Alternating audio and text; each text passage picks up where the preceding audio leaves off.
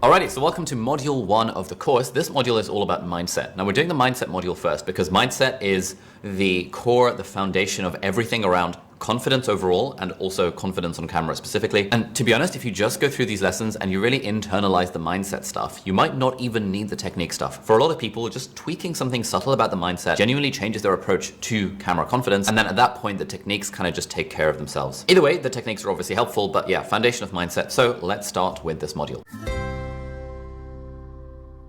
Alrighty, so really when it comes to the mindset stuff, the main thing we want to keep in mind is that we actually want to channel our personality. Now, people often think that they need to change their personality to talk on camera, that like if you're the sort of person who is not the sort of person who speaks on camera, that you have to change something radical, you have to be more of yourself, or you have to be big, or you have to have this booming presenter, announcer type voice. People do all sorts of really weird things when it comes to talking on camera, but really the key mindset shift is that being confident on camera is about channeling your own personality. It's about keeping it real with your audience. It's just about making subtle tweaks to that personality, but not changing it wholesale. Now, this is all tied up in this thing called imposter syndrome, which you've probably come across. The idea that like, I shouldn't really be here.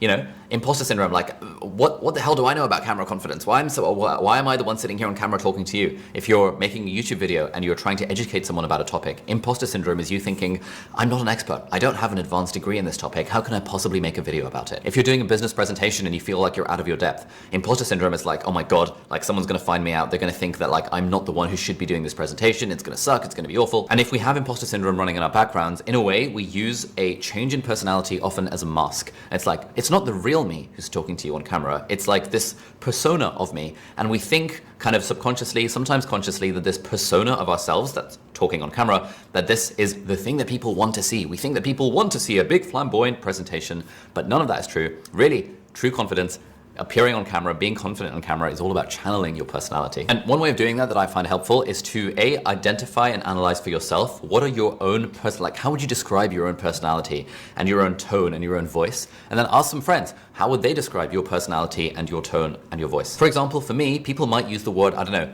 thoughtful or considered or not particularly high energy, or even kind of boring at times. I mean, obviously other than like charismatic and handsome and like incredible, but it's really that one word, that word thoughtful, which is what I try and lean into when it comes to essentially amplifying that aspect of my personality when it comes to speaking on camera and appearing confident in that sense. So try and figure out what would that word be for you? What is the one word that really describes the way that you talk to people?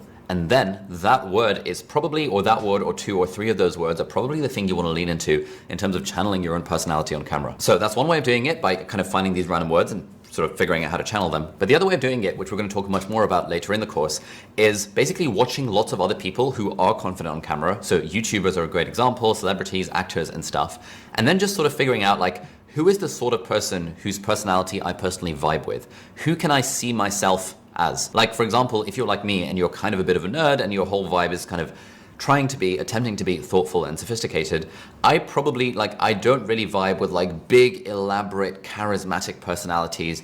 People like, I don't know, Mr. Beast on YouTube, for example. We just hit 100 million subscribers, and from the bottom of my heart, thank you everyone that subscribed. And to celebrate, I bought this ginormous private island, and I'm giving it to one of you in this video. Like, that's just not my style. This is like very high energy. You know, he's like 23 years old or something. It's just not my vibe to be that high charisma on camera. Similarly, here's a clip of my friend Olier. So I've been using the M1 iPad Pro for a few days now. Wanted to give you my review, share my thoughts, and share things that are quite interesting about it. Let's get into it. Now, if I compare myself to Olier, like Olier is probably slightly lower energy than I am. I'm like probably a little bit more animated, a bit more energized than Olier is. His is even more like low-key, sophisticated, thoughtful than I am. But the fact that I recognize that, like my sort of pitching my personality somewhere in between these two sort of extremes means that I'm sort of in the middle, but more towards the Olier end of the spectrum than the Mr. Beast end of the spectrum. So yeah, this is a strategy that we're going to return to throughout the course, like basically looking at other YouTubers and celebrities and actors and actresses and stuff, analyzing them and basically figuring out which of these vibes do I personally vibe with, and we can use that as a rough indicator to be like, oh, okay, cool. This is sort of my, I'm channeling my personality. I'm just maybe potentially making it a little bit bigger, ramping it up just a little bit so that, it translates to the camera. So that's point number one that I want you to keep in mind. When you're speaking on camera, really try your best to channel your personality. Don't shy away from your personality. You want to be the authentic you, whatever that means to you. And then just use these techniques and these other mindset shifts, just tweak that very slightly, and then you will be confident on camera, hopefully in very little time at all. So thank you for watching, and I will see you in the next lesson.